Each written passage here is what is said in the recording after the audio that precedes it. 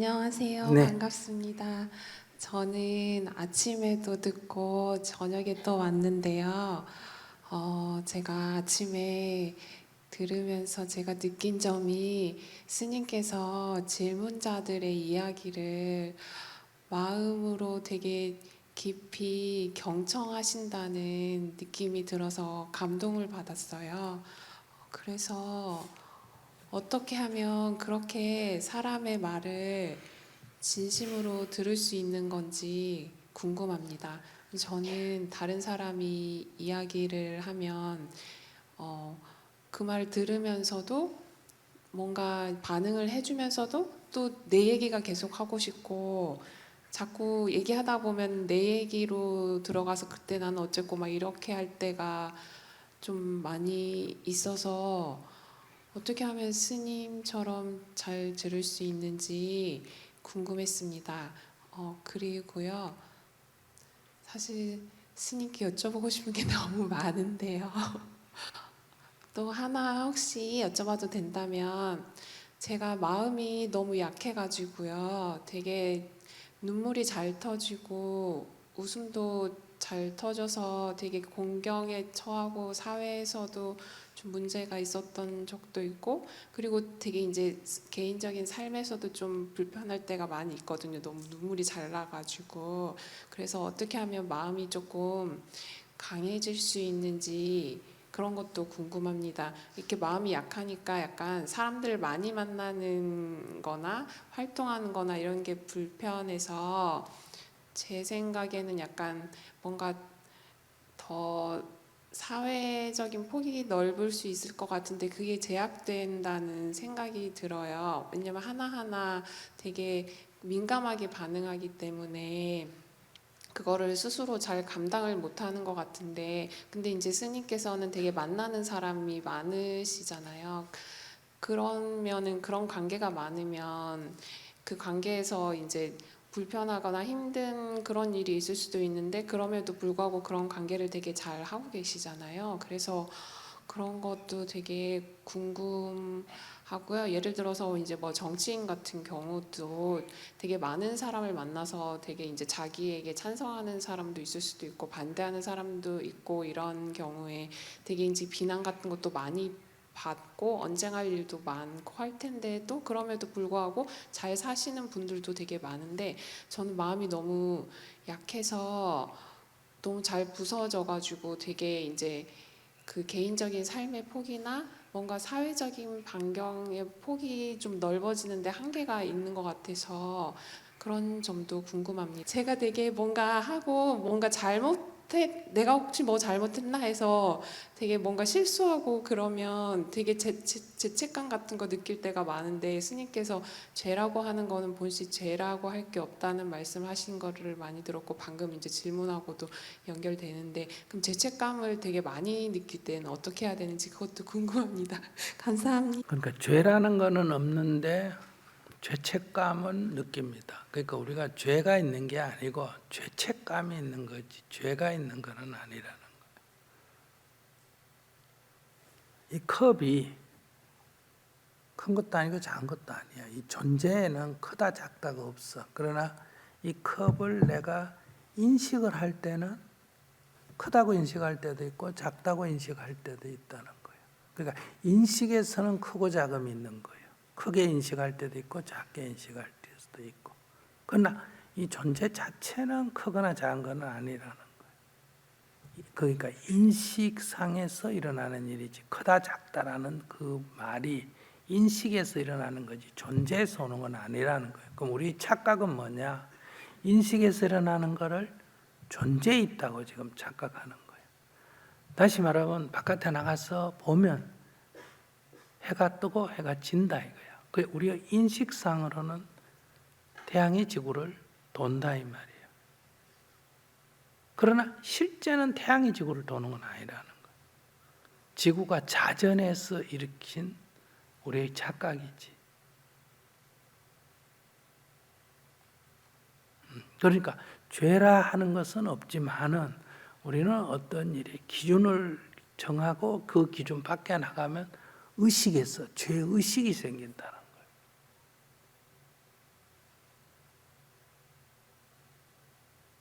그러니까 죄의식이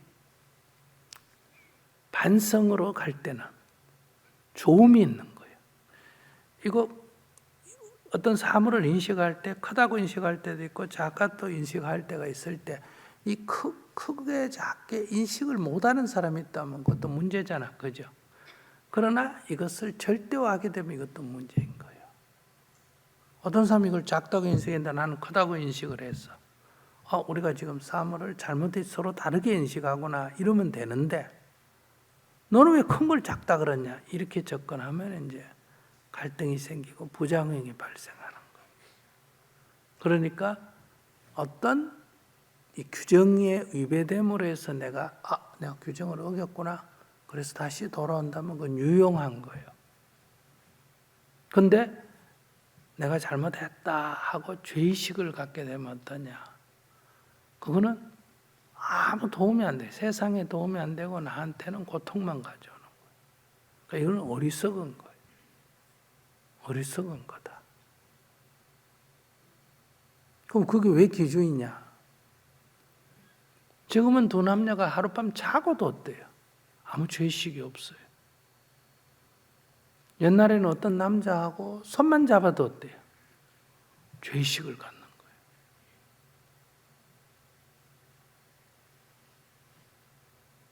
그러니까 이거는 그 시대마다 기준을 어떻게 정하냐에 따라서 그런 의식이 생겨나는 거예요. 그래서 그 죄의식이 반성을 가져와서 자기를 그 규칙에 맞도록 복귀시키는 힘이 있다면 긍정적 효과라는 거예요. 그럼 마치 실제로 내성이 있는지 없는지는 몰라요. 우리는 있다고 생각을 하면 헤어질 때 죽음을 맞이했을 때 위로가 되는 거예요. 그런데 그걸 있다고 절대화 단정해버리면 어떠냐. 많은 부작용이 발생합니다.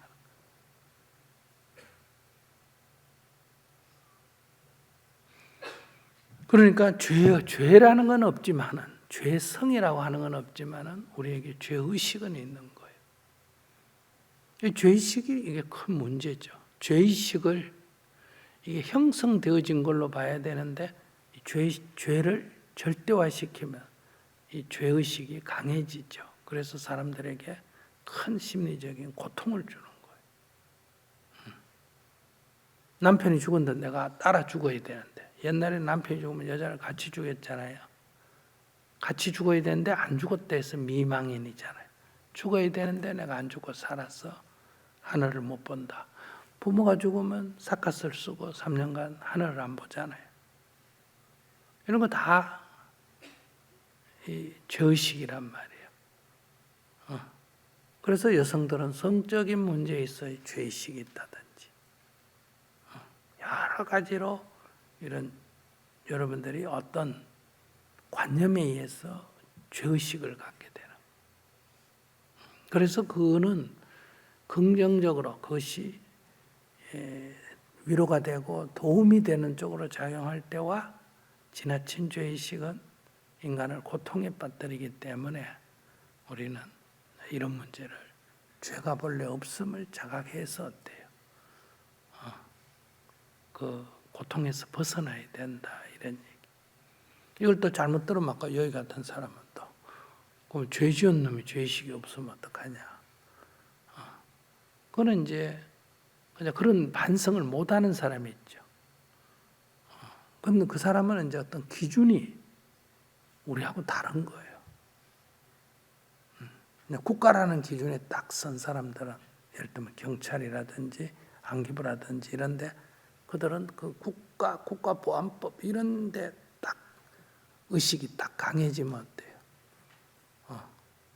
사람을 죽여도 된다, 고문하다 죽여도 된다. 그 죄의식을 별로 못 느끼는 거예요. 기독교인들이 하나님을 안 믿는 사람은 창조주를 부정했기 때문에 사람이 아니다 하기 때문에 죽여도 죄의식을 못 느끼는. 마녀 사냥 이런 거 다 죽이는데도 죄의식을 전혀 안 느끼거든요. 여기에서 자식은 부모에게 효도해야 된다는데 부모 제사를 안 지내면 어때? 이건 사람이 아니라고 생각하는 거예요. 그러니까 조선 주말예배 천주교가 제사 안 지낸다고 죽였을 때 죄의식을 전혀 안 느끼는 거예요. 그거 왜 그러냐? 기준이 다르기 때문에 그런 거예요. 기준이 다르기 때문에. 그래서 그건 나쁜 놈이라고 말할 수 없어요. 정확하게는. 이 기준점이 서로 다르기 때문에. 그래서 우리가 이럴 때 이제 이게 본래부터 기준이라는 게 본래 정해진 게 아니라는 것을 자각하면 어떻게 했어요? 이렇게 어떤 사람을 이렇게 이렇게 죄악시하는 그런 단죄를 안 하죠. 그냥 규칙에 따른 처벌을 하지 우리가 그걸 갖다 죽여도 된다 이렇게 단죄를 안 하죠. 대부분 다 지금 이렇게 예를 들면 하마스가 공격을 하면 이스라엘 사람들의 극단주의자들은 하마스를 하고 가까이 있어도 그 사람 죽는 것은 당연하다고 생각하는 거예요. 그러니까 저렇게 무차별 학살을 하잖아요. 복수를 정당화한다는 거예요. 자, 그래서 이런 것이 다 절대화하는 데서 생긴 거예요. 절대화하는 데서. 그래서 죄가 있는 게 죄가 있다 말은 절대화하는 거고 죄의식을 갖게 된다는 건 상대적이다 이 얘기예요. 그것이 나한테 고통을 가져올 때는 살펴봐야 되는 거예요. 그것이 나한테 어떤 반성의 계기를 마련할 때는 도움이 돼요. 유용한 거예요. 이런 게 왜 일어났냐면 유용한 면도 있기 때문에 다 생겨나는 거예요. 다 나쁘게만 하면 이게 생겨나질 않지. 그래서 죄의식을 자기가 저는 죄의식 정도는 문제가 없다고 생각해요. 자기가 죄의식 갖고 싶으면 갖고 살면 되지 뭐. 저는 그렇게 생각해요. 본래 괴롭게 살 필요가 없는데 자기가 괴롭게 살고 싶다. 그러니까 살아라는 거예요. 괴롭게 살아라 이 얘기예요. 그다음에 이제 두 번째가 가운데가 뭐였지? 마음이 약해가지고 눈물이 잘 나왔어요. 눈물이 나는 거는 사는데 아무 지장이 없어요. 그냥 손수건이 조금 더 많이 젖을 뿐이지. 그게 곤란하다. 이거는 눈물이 나는데 내가 눈물을 안 흘려야 된다고 자기를 정하기 때문에 눈물 나는 게 문제지. 눈물 나는 게 왜 문제예요? 눈물 나는 게 무슨 남을 곤란하게 하는 게 뭐가 있어요? 눈물 나는 거는 남을 때리는 거야? 남의 물건 훔치는 거야? 성추행하는 거야? 욕설하는 거야? 술 먹고 취한 거야? 교회를 옮긴 거 아닌데 뭐가 문제야? 눈물 샘에 의해서 생기는 건데 그거는 또 되게 불편하면 저기 안과에 가서 눈물샘을 이렇게 찢어지는 게 있거든. 이렇게 좀 막으면 돼요. 그러니까 나는 안구 건조증이거든요. 이거는 뭐가 안 나와서 그렇다? 눈물이 제때 안 나와서 그래. 그럼 요즘 또 기계로 갖고 눈물샘을 어때요? 여는 그래서 눈물이 나도록 하는 그런 기계가 또 있더라고요. 나보고 하라 하는데 나는 가능하면 못 견딜 정도로 심하면 내가 하고 안 그러면 가능하면 손을 안 댈라 그래요.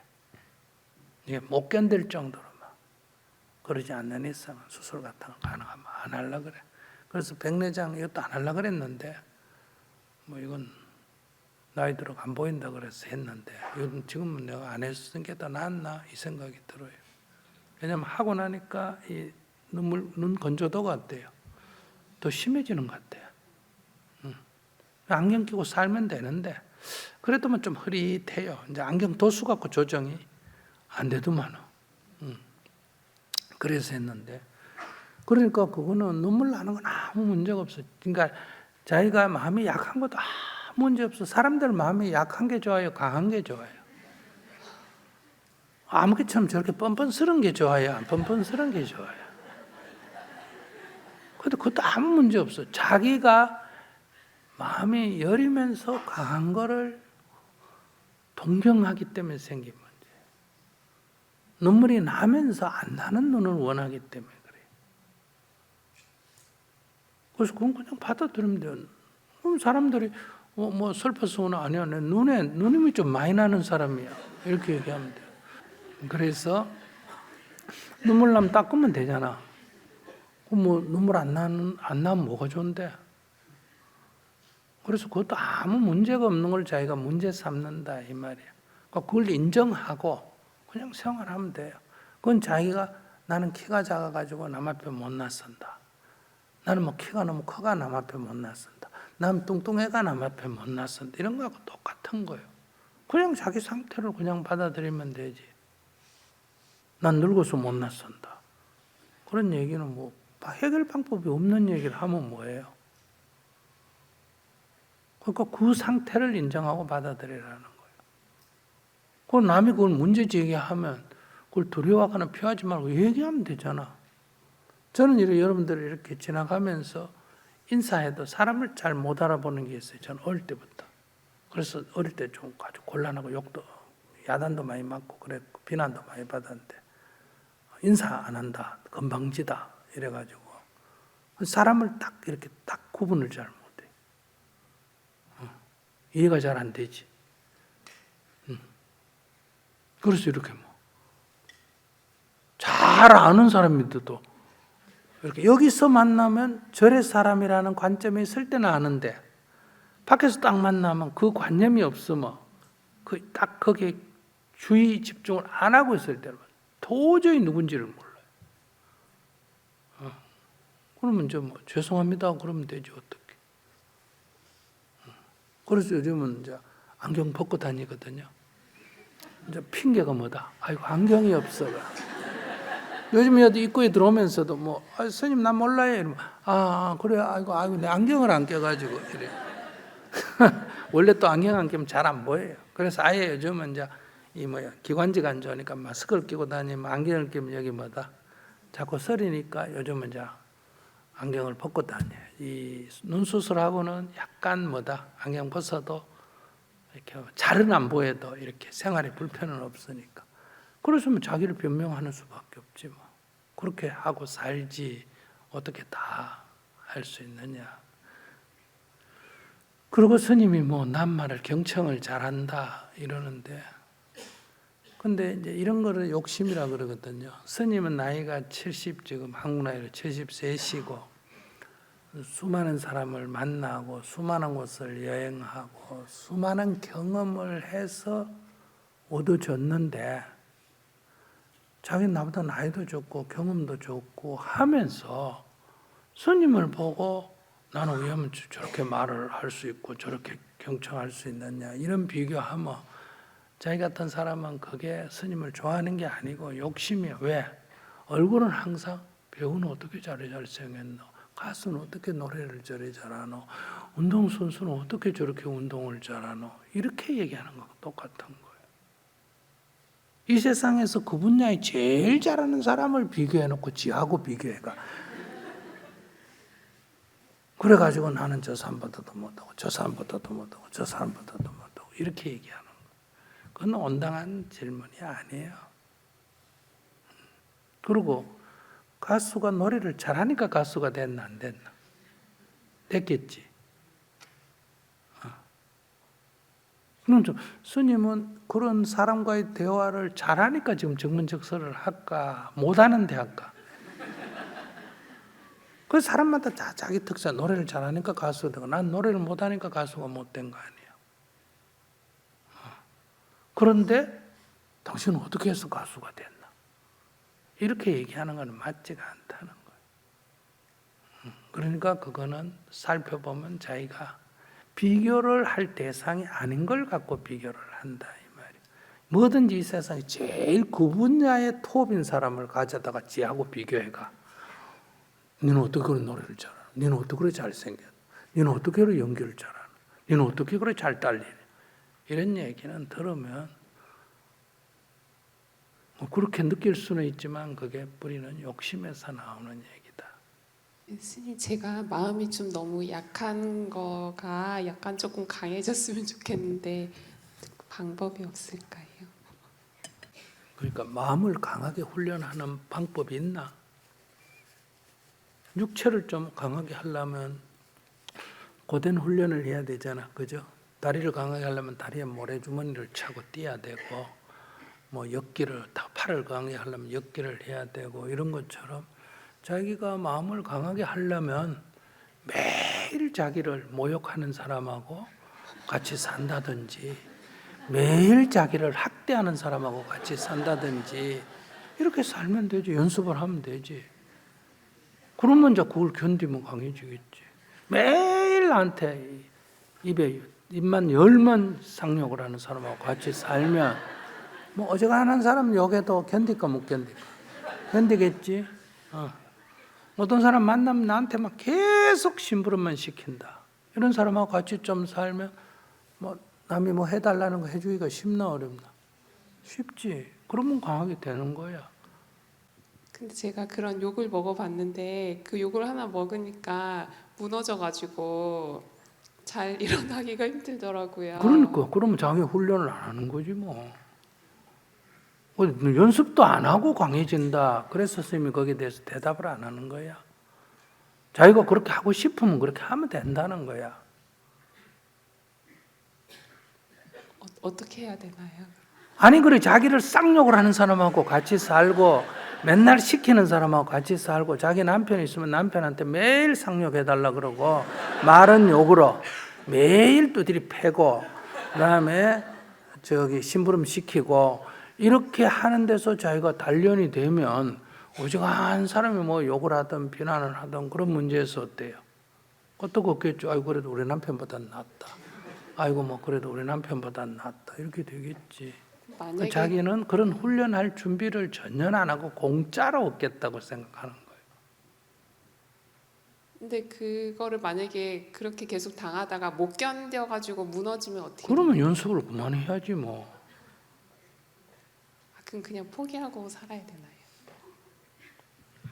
아니지. 그러니까 이것도 다 욕심이라는 거예요. 연습할 생각은 안 하고 공짜로 그래 됐으면 좋겠다 이렇게 생각하는 거예요.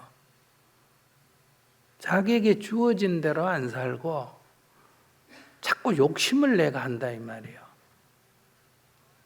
자기가 마음이 여리기는 뭐가 여려? 여린 사람이 저렇게 꼬치꼬치 다 묻고 스님 말에도 또 묻고 저러나? 아이고 동네 사람이 듣고 웃는다. 여린 사람은 말도 못해 부끄러워가지고. 감사합니다.